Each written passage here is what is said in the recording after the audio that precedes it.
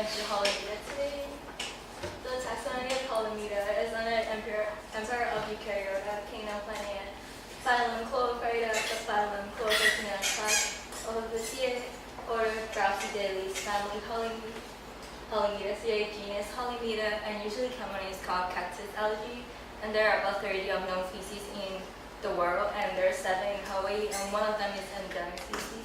That's the picture over there. That's the deep water species called Halimeda canaloana.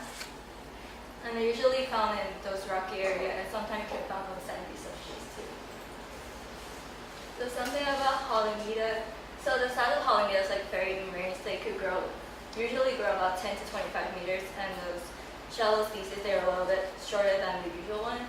And they have a wide range of habitat too that you could find about like up to 50 meters depth, and a shallow way you can find them shallower than 1 meters.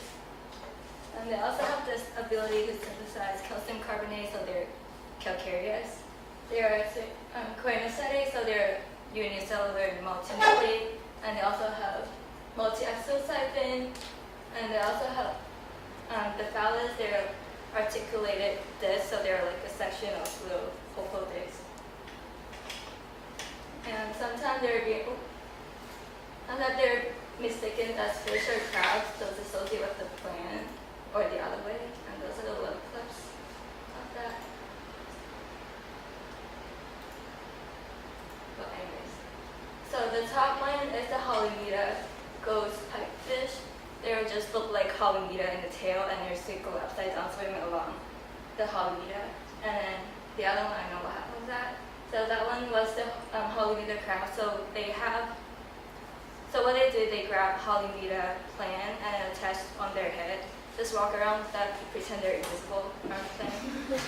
And they also feed on Halimeda too. And Halimeda have holocarpate reproduction.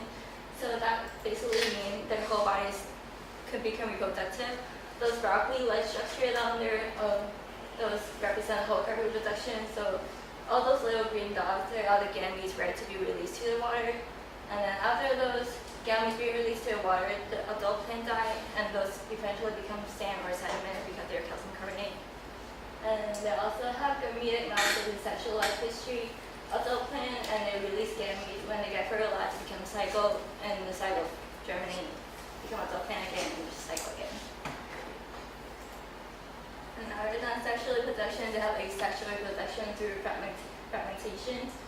So if you break up a piece of Halimeda, their right side can regenerate, usually within a day.